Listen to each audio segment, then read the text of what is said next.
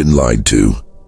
For years you've been told that success is about talent, about working harder than everyone else, about grinding until your body breaks down.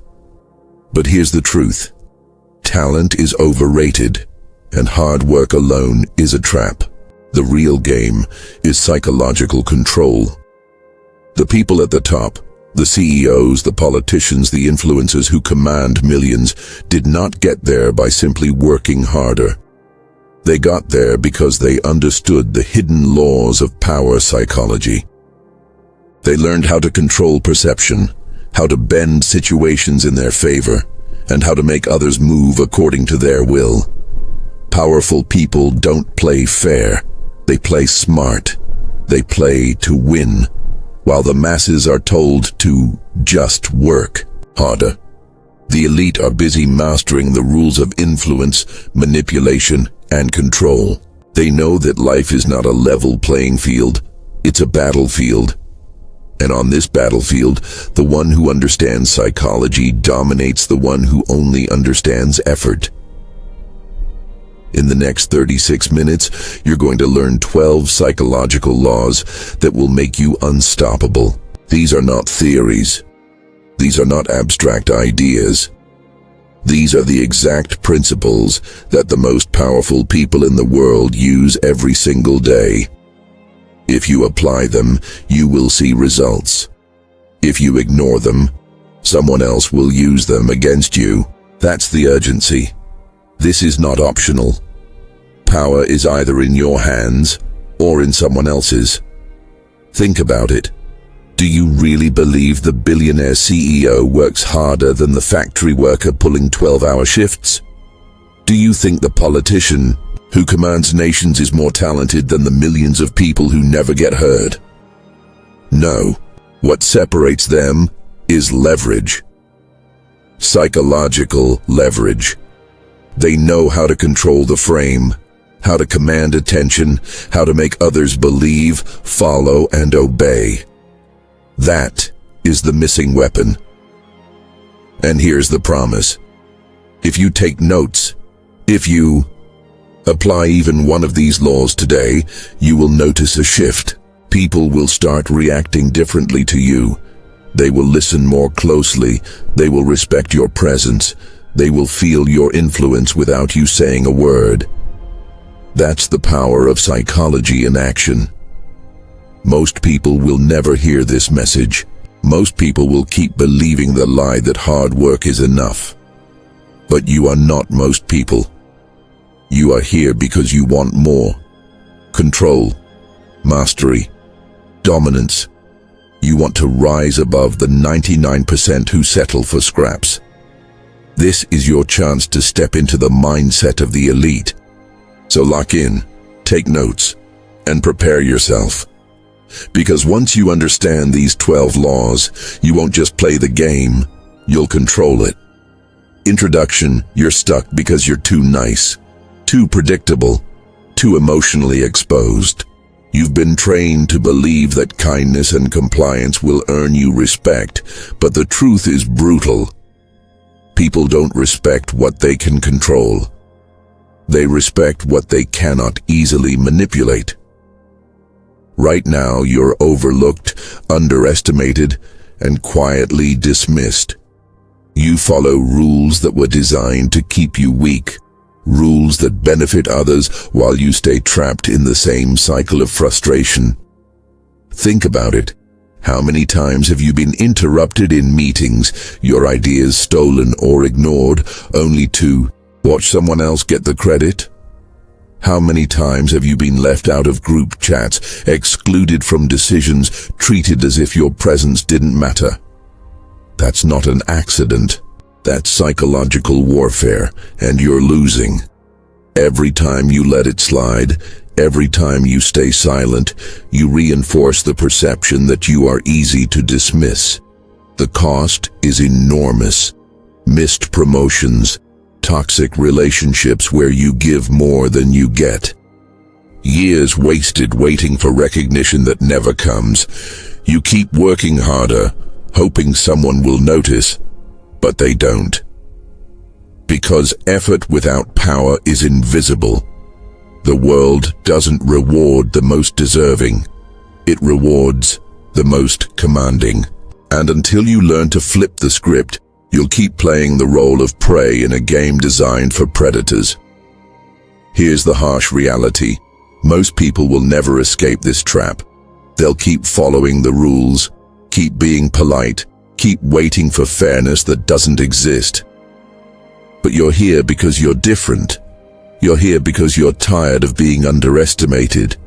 You're ready to stop being the one who gets manipulated and start being the one who controls the game. This video is your blueprint to flip the power dynamic, from prey to predator, from overlooked to undeniable, from being the one who reacts to being the one who commands. Over the next 36 minutes, you'll learn 12 psychological laws that will give you the edge most people never discover. Laws that will make people listen when you speak, respect your presence, and think twice before crossing you. Take notes. Apply even one law today. Watch how people start reacting differently to you. This is not theory. This is power in action. And once you taste it, you'll never go back. Law 1. Control the frame. Whoever controls the frame controls the reality. This is the first law of power psychology, and it is non-negotiable. The frame is the invisible lens through which people interpret every situation. If you don't set the frame, someone else will, and you will be forced to play by their rules. Powerful people never allow others to dictate the context. They define it. They decide what matters, what doesn't, and how every interaction will be judged. The frame is not about facts. It's about perception, and perception always wins. Think about negotiations. The weak person argues over price, desperate to defend every dollar. The powerful person shifts the frame. They say, let's focus on outcomes. Instantly, the conversation moves from cost to value, from expense to investment. The other side is pulled into their reality. That is the essence of control. Whoever defines the terms of the discussion dictates the outcome.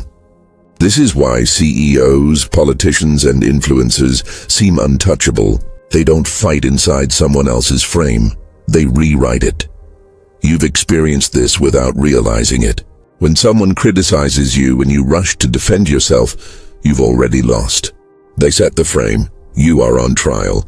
But when you respond with curiosity, interesting, what makes you say that? You flip the frame. Suddenly, they are the one explaining, and you are the one in control. The power shifted because you refused to accept their reality. Application begins with awareness. Every conversation is a battle of frames. Start practicing today. When someone tries to box you in, don't fight inside their frame. Redefine it. If a colleague says you don't have enough experience, don't argue about your resume. Reframe. What matters most here is results, and I deliver results. If someone calls you too ambitious, don't shrink. Reframe.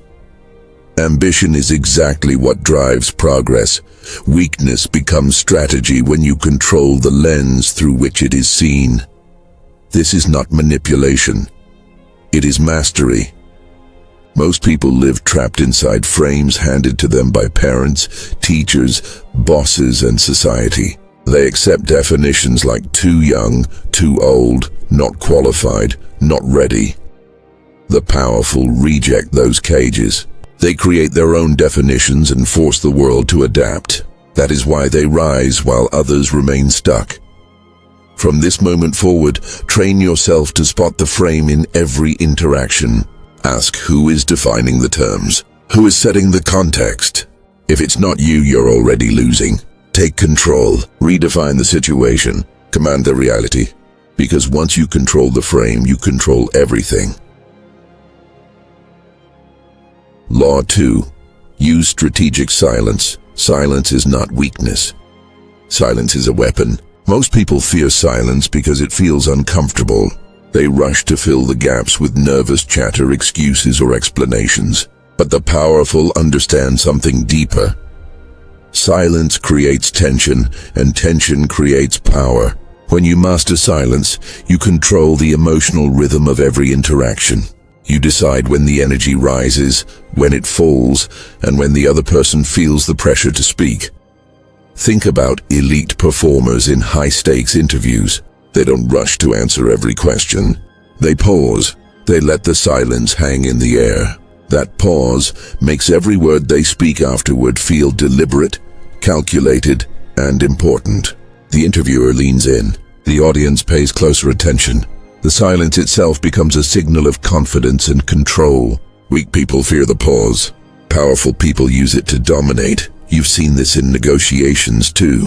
The amateur blurts out their offer, then nervously keeps talking, trying to justify it. The professional makes their offer, then goes silent. That silence forces the other side to react, to reveal their position, to fill the gap with information they didn't intend to share. The one who speaks less often ends up knowing more, and knowledge is leverage. Application begins with discipline. Stop filling every gap. When someone asks you a question, pause for 2 or 3 seconds before answering. Let the silence work for you. When someone criticizes you, don't rush to defend yourself. Hold the silence. Watch them scramble to explain, to soften their words, to backtrack. The silence exposes their insecurity while amplifying your strength. Practice this daily. In conversations, resist the urge to jump in immediately. Let others reveal themselves. People will tell you everything if you give them the space. They will expose their fears, their doubts, their weaknesses, all because they cannot handle the weight of silence. And while they reveal, you observe, you calculate, you control. This is how you dominate emotionally without raising your voice, without aggression, without force. Silence makes people lean toward you. It makes them crave your response. It makes them respect your presence. The one who can sit comfortably in silence is always the one in command. From now on, treat silence as a tool of power. Use it to unsettle, to pressure, to control. Because in a world full of noise, the one who masters silence becomes impossible to ignore. Law 3. Mirror to manipulate. Mirroring is one of the fastest ways to build trust and influence. It is a psychological shortcut that bypasses resistance and creates instant connection. People are naturally drawn to those who seem like them. When you mirror someone's behavior, tone, or energy, their subconscious mind registers you as familiar, safe, and aligned. And once they feel that connection, they lower their guard. That is when influence begins. This is not theory, it is science. FBI negotiators are trained to use mirroring in high-stress situations. When dealing with hostile suspects, they don't argue or escalate.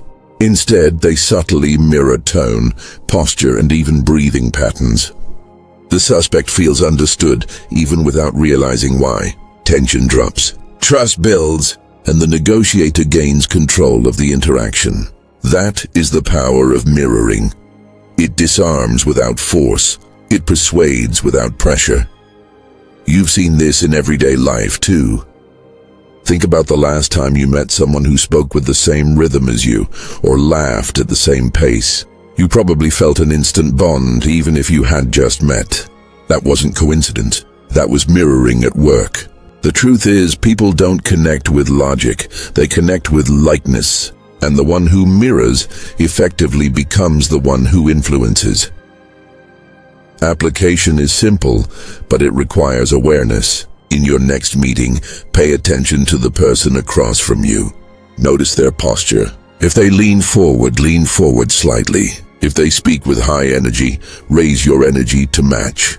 If they slow down with them. Mirror their speech patterns, their tone, their gestures. Do it subtly, never as an obvious imitation.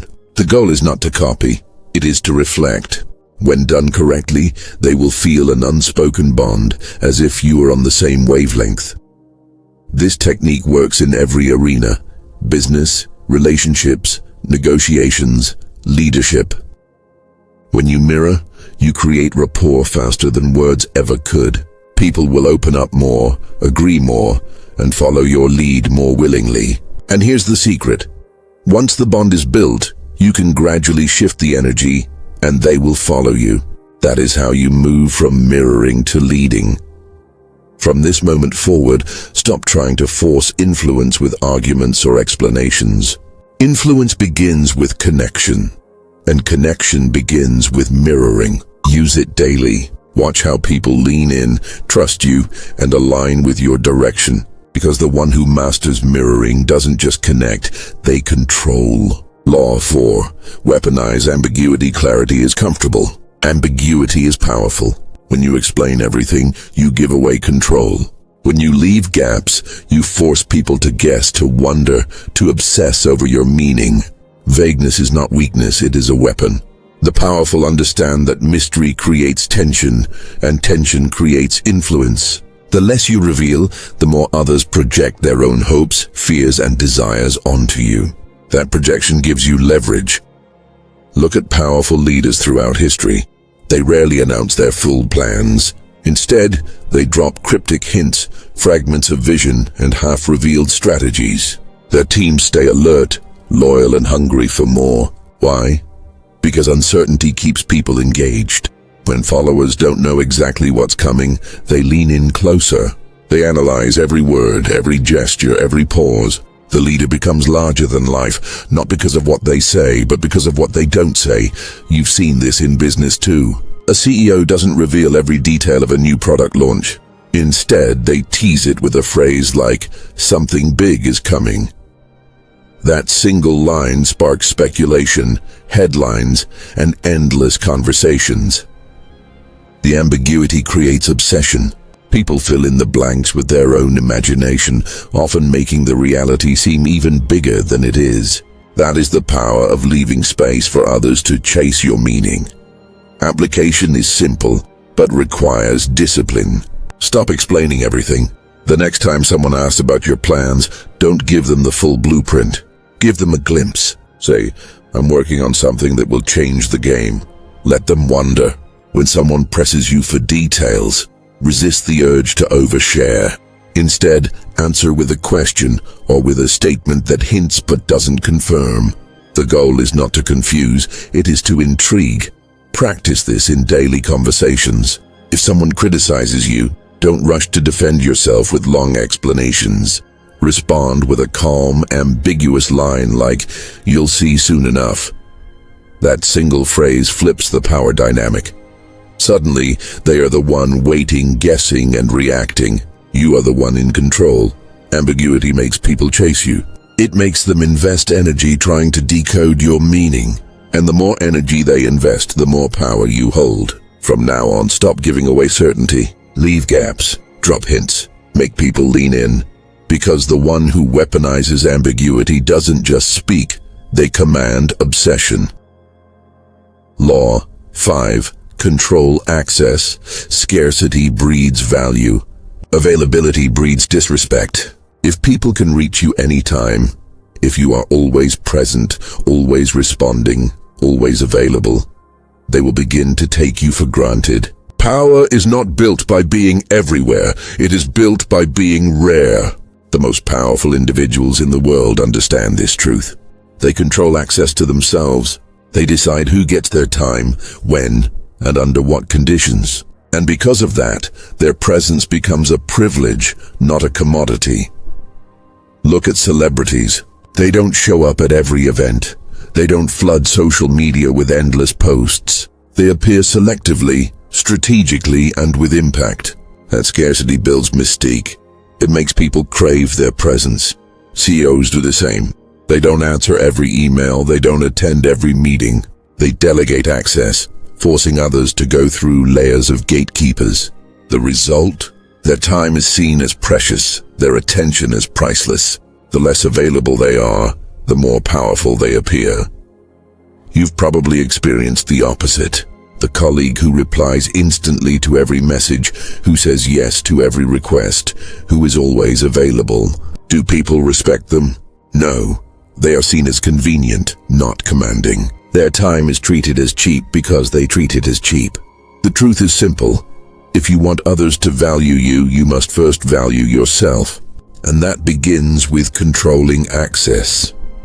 Application starts with boundaries. Stop giving instant replies. Delay your responses. Make people wait. That pause alone signals that your time is not free. In meetings, don't always be the first to speak. Hold back. Let others talk, then deliver your words with weight. When people ask for your time, don't always say yes. Protect your schedule. Prioritize only what moves you closer to power. Make your presence a reward, not a routine. When you walk into a room, it should mean something. When you speak, people should listen because they know you don't waste words. When you give your time, it should feel like an opportunity, not an entitlement. This is how you shift the dynamic. You stop being the one chasing others, and you become the one others chase. From this moment forward, stop being endlessly available. Control access. Guard your time. Build scarcity. Because the less people can reach you, the more they will respect you. And the more they respect you, the more power you command. Law 6. Use emotional contrast. Power is not built on consistency. It is built on control.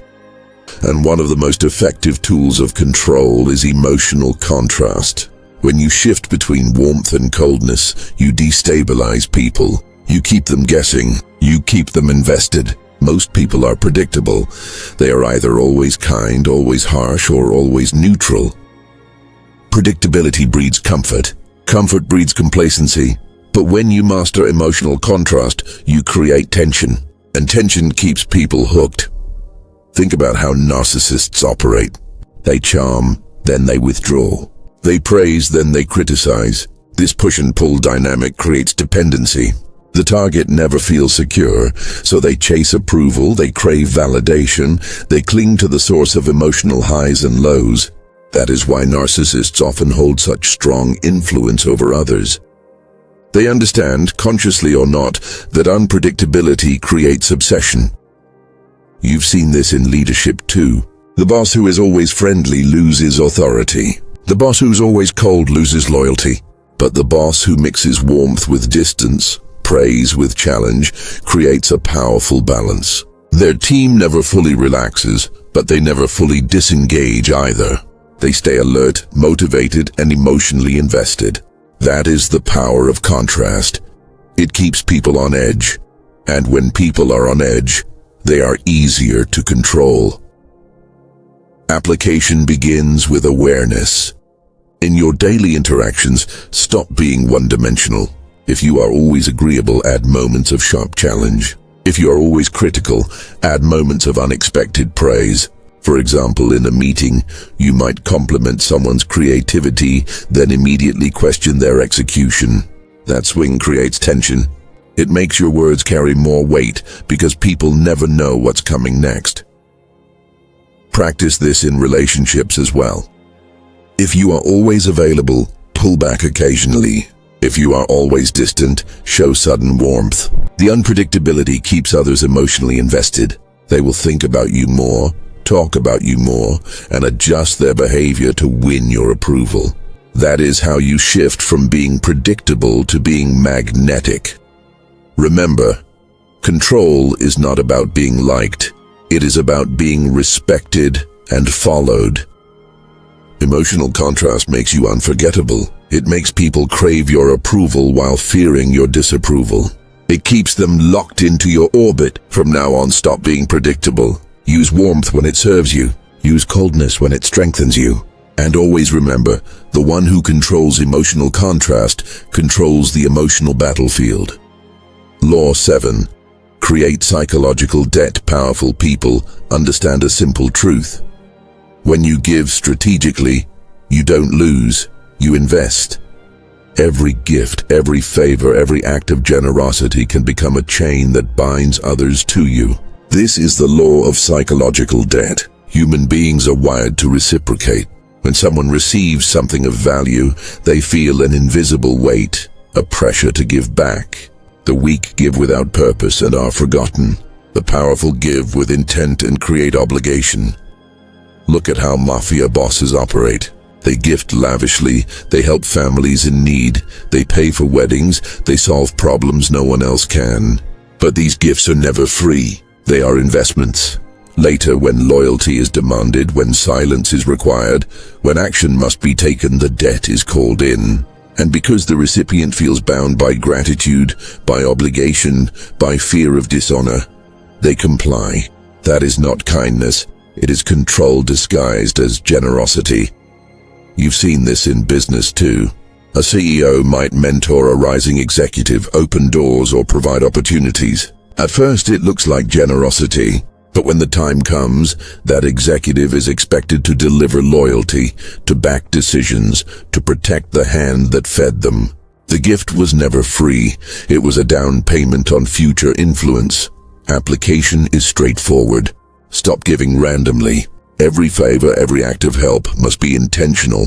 When you assist someone, do it in a way that they cannot easily repay. Solve a problem they couldn't solve alone. Provide access they couldn't get without you. Give something that feels significant. Then step back. Don't demand repayment immediately. Let the weight of the debt grow. The longer it lingers, the stronger it becomes. When the moment is right, call in the favor. Do it calmly, as if it's natural.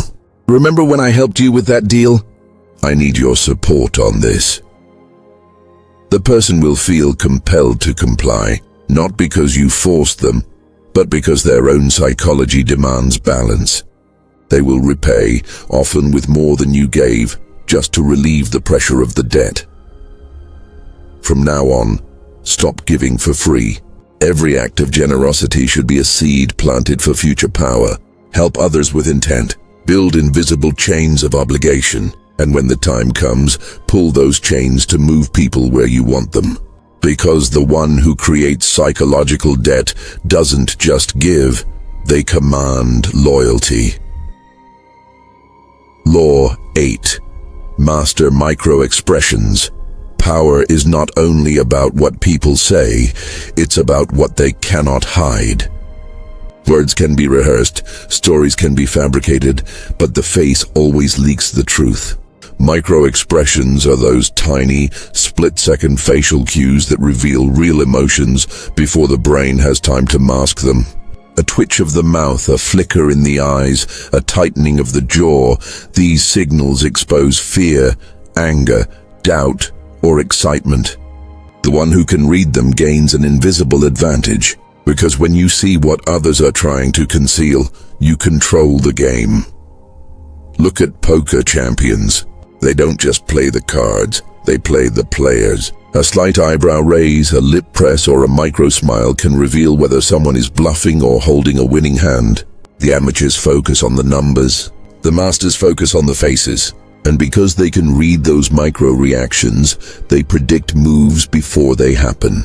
That is why they win consistently. They are not guessing, they are decoding. You've seen this in everyday life too. A colleague says, "I'm fine," but their eyes flash irritation for half a second. A friend insists they're confident, but their lips tighten in fear. A client says they're interested, but their eyebrows lift in doubt. Most people miss these signals because they're too busy listening to words. But the powerful train their eyes to see what others overlook. They don't just hear, they observe. And observation is control. Application begins with practice. Start studying faces. Watch conversations closely. When someone speaks, look for those tiny flashes of emotion that don't match their words. Train yourself to notice the difference between what is said and what is shown. At first, you'll catch them occasionally. With time, you'll see them everywhere. And once you see them, you can act with precision. If someone shows doubt while agreeing with you, you know they're not fully committed. If someone flashes anger while pretending to be calm, you know they're resisting. If someone shows excitement while trying to stay neutral, you know where their true interest lies. This knowledge gives you leverage. You can press when they're weak, retreat when they're resistant, and strike when they're ready. From now on, stop relying only on words. Words are masks. Faces are truth. Train your eye to catch the micro-expressions that others miss. Because the one who masters micro-expressions doesn't just listen, they see. And the one who sees cannot be deceived. Law 9. Use controlled vulnerability. Power is not about being untouchable, it's about being strategic. Controlled vulnerability is one of the most effective tools of influence because it lowers defenses and builds trust. When you reveal a weakness on your own terms, you disarm suspicion. People stop seeing you as a threat and start seeing you as relatable. But here's the key: the vulnerability must be chosen, crafted, and controlled. You never expose real weakness. You only share what serves your narrative and strengthens your position. Look at politicians. They often reveal humble beginnings to win votes. They talk about growing up poor, struggling through hardship, or facing rejection. These stories are not random confessions. They are carefully selected vulnerabilities. By sharing them, they appear human, approachable, and trustworthy. But notice what they never reveal: flaws that would damage their credibility or expose true weakness. The vulnerability is controlled. It is a weapon, not a liability. You've seen this in business too. A CEO might admit, "I made mistakes early in my career," but then frame it as the reason they became stronger, smarter, and more successful. The admission of failure makes them relatable, but the framing turns it into a story of resilience. Employees respect them more, investors trust them more, and the narrative of strength is reinforced. The vulnerability was never about weakness, it was about control. Application is simple. Share flaws that serve your story. If you want to build trust, reveal a struggle that highlights your growth. If you want to inspire loyalty, share a challenge that shows your resilience. If you want to appear approachable, admit a small imperfection that makes you human. But never reveal vulnerabilities that can be used against you. Never share secrets that expose your true limits. Practice this in conversations. If someone doubts your authority, you might say, "I wasn't always confident speaking in public, but I trained myself until I could command any room." That admission makes you relatable, but the framing makes you powerful. If someone questions your success, you might say, "I failed multiple times before I figured out the formula." Again, the flaw is real, but it serves your narrative of mastery. Controlled vulnerability is not about honesty. It's about strategy. It's about choosing what to reveal, when to reveal it, and how to frame it so that it strengthens your position. From now on, stop hiding every flaw, but never expose the wrong ones. Share only what builds trust, lowers defenses, and reinforces your power. Because the one who masters controlled vulnerability doesn't just connect, they command loyalty. Law 10. Anchor identity. Power is not just about what you do, it's about who people believe you are. Identity is the strongest anchor in the human mind. Once people accept a label about you, they filter everything you say and do through that lens. If you don't define yourself, others will define you. And once their definition sticks, it becomes almost impossible to escape. That's why the powerful never leave their identity to chance. They choose it, they repeat it, and they make the world believe it. Think about it. When someone says, "I'm a strategist," or "I solve impossible problems," and they repeat it consistently, people eventually accept it as truth. The repetition anchors the identity. Every action, every story, every result is then interpreted through that frame. This is how politicians brand themselves as the people's champion, how entrepreneurs become visionaries, and how leaders cement reputations that outlast their failures. The label becomes reality because people stop questioning it. You've seen this in business and culture. A CEO who constantly calls themselves an innovator eventually gets treated as one, even if their ideas are average. An athlete who repeats, "I'm the hardest worker in the room," builds a reputation that intimidates competitors before the game even begins. The identity becomes a weapon. It shapes perception, and perception shapes power. Application is direct. Choose your identity. Decide how you want to be seen. Strategist, leader, problem solver, visionary, closer, creator.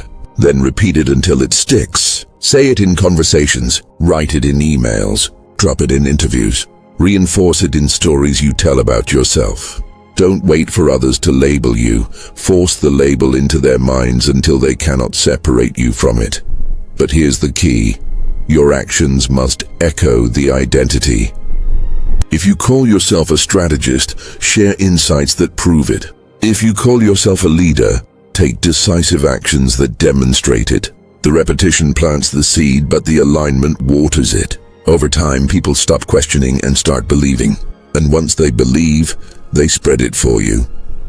From this moment forward, stop letting others define you. Anchor your identity. Repeat it until it becomes undeniable. Because the one who controls their identity doesn't just influence perception, they command reality. Law 11. Exploit. Predictability. Predictable people are easy to control. If others can anticipate your moves, your reactions, your routines, they can manipulate you with ease. Predictability is weakness because it gives away your strategy before the game even begins. Powerful people understand this. They study patterns, they track routines, and they exploit them. The one who is predictable becomes a puppet. The one who is unreadable becomes the master. Think about manipulators. They don't need to be smarter than you. They just need to know your habits. If you always respond emotionally when criticized, they can provoke you at will. If you always follow the same routine, they know exactly when you're vulnerable. Criminals, con artists, and ruthless competitors all use this principle. They watch, they wait, and they strike when you're exposed. Predictability makes you an easy target. You've seen this in everyday life. The employee who always arrives early and leaves late is predictable. The boss knows they'll never push back, so they pile on more work. The friend who always forgives is predictable. Manipulators know they can betray them and still be welcomed back. The partner who always reacts with jealousy is predictable. Their emotions can be triggered like clockwork. In every case, predictability equals control, but not in your favor. Application begins with self-awareness. Audit your habits. Write down your routines, your emotional triggers, your default responses. Ask yourself, where am I predictable? Where can others anticipate my moves? Once you see the patterns, you can begin to break them. If you always reply instantly to messages, delay your response. If you always sit in the same spot, change your position. If you always react with anger, respond with calm. Every broken pattern makes you harder to read. The goal is not chaos, it is controlled unpredictability. You want people to feel uncertain about how you will respond. That uncertainty forces them to respect you, to tread carefully, to think twice before trying to manipulate you. When you are unreadable, you are untouchable. From this moment forward, stop being predictable. Break your patterns. Control your reactions. Keep people guessing. Because the one who exploits predictability controls others, but the one who destroys their own predictability cannot be controlled. Law 12. Always be the prize. Power is magnetic. People chase what they cannot fully have. The moment you make yourself too available, too eager, or too giving, you lose value. The powerful understand this truth. They are the prize. They don't chase approval, they don't beg for attention, and they don't over-explain themselves. Instead, they position themselves as the reward others must earn. This is why high-status individuals command respect without effort. Their presence alone creates gravity. Think about it. Celebrities don't over-apologize when criticized. CEOs don't justify every decision. Influential leaders don't flood people with attention. They move with purpose, they speak with weight, and they give sparingly. That scarcity makes their approval priceless. When they do give time, praise, or access, it feels like a privilege. And because it feels rare, people value it more. The less you give, the more people want. The more you hold back, the more they chase. You've seen this dynamic in relationships and business. The person who constantly explains themselves, who apologizes excessively, who gives without boundaries, is taken for granted. Their value drops because they act as if others are the prize. But the one who speaks less, who moves with calm certainty, who makes others qualify for their attention, this person becomes magnetic. People lean in, they compete for approval, they fight for recognition. That is the psychology of desire. Scarcity creates demand. Application begins with restraint. Stop over-explaining. If someone questions you, answer with confidence, not justification. Stop over-apologizing. A simple acknowledgement is enough. Never beg for forgiveness. Stop over-giving. Give strategically, not endlessly. Make your time, your energy, and your presence something people must earn. When you walk into a room, move with purpose. When you speak, let silence amplify your words. When you give attention, let it feel like a reward. From this moment forward, act like the prize. Carry yourself as if others are qualifying for you, not the other way around. This is not arrogance, it is strategy. Because the one who positions themselves as the prize becomes irresistible. People chase them, respect them, and fight to stay in their orbit. And once you are the prize, you no longer compete, you command. You now hold 12 psychological weapons. Use them or stay weak. The choice is yours. Most people will hear these laws, nod their heads, and then go back to living the same predictable, powerless lives. But not you. You've stayed until the end because you're hungry. You want control. You want mastery. You want to dominate. And now you have the blueprint. Let's recap the arsenal you've just acquired. Law 1. Control the frame, because whoever defines the context defines reality. Law 2. Use strategic silence, because silence creates tension, and tension creates power. Law 3. Mirror to manipulate, because people trust those who reflect them. Law 4. Weaponize ambiguity, because mystery keeps people guessing, and guessing creates obsession. Law 5. Control access, because scarcity breeds respect, while availability breeds contempt. Law 6. Use emotional contrast, because unpredictability keeps people hooked. Law 7. Create psychological debt, because favors given with intent become chains of obligation. Law 8. Master micro-expressions, because faces reveal truths that words try to hide. Law 9. Use controlled vulnerability, because chosen flaws build trust, while protecting real weakness. Law 10. Anchor identity, because repetition shapes how the world sees you. Law 11. Exploit predictability, because patterns make people easy to control. And Law 12. Always be the prize, because people chase what they cannot fully have. This is not theory. This is not philosophy. These are weapons, tools of control, influence, and dominance. If you apply them, you will rise above the masses who live blind to the rules of power. If you ignore them, you will remain prey in a world built for predators. Power isn't given, it's taken, and now you know how, but knowledge without action is useless. The 1% who apply even one of these laws today will see the shift immediately. People will react differently. They will listen more closely.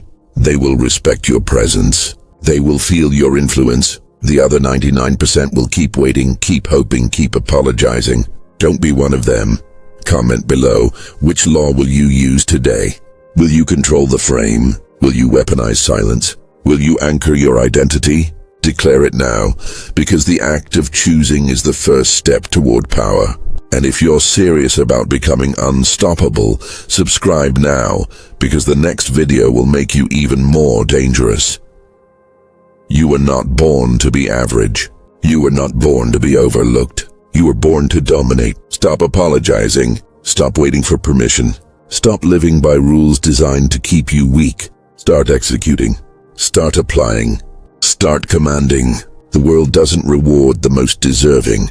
It rewards the most powerful. And now you have the laws to claim that power, so step forward. Use these weapons. Build your empire. And remember, the game of power never ends. But from this moment on, you're no longer a pawn. You're the player.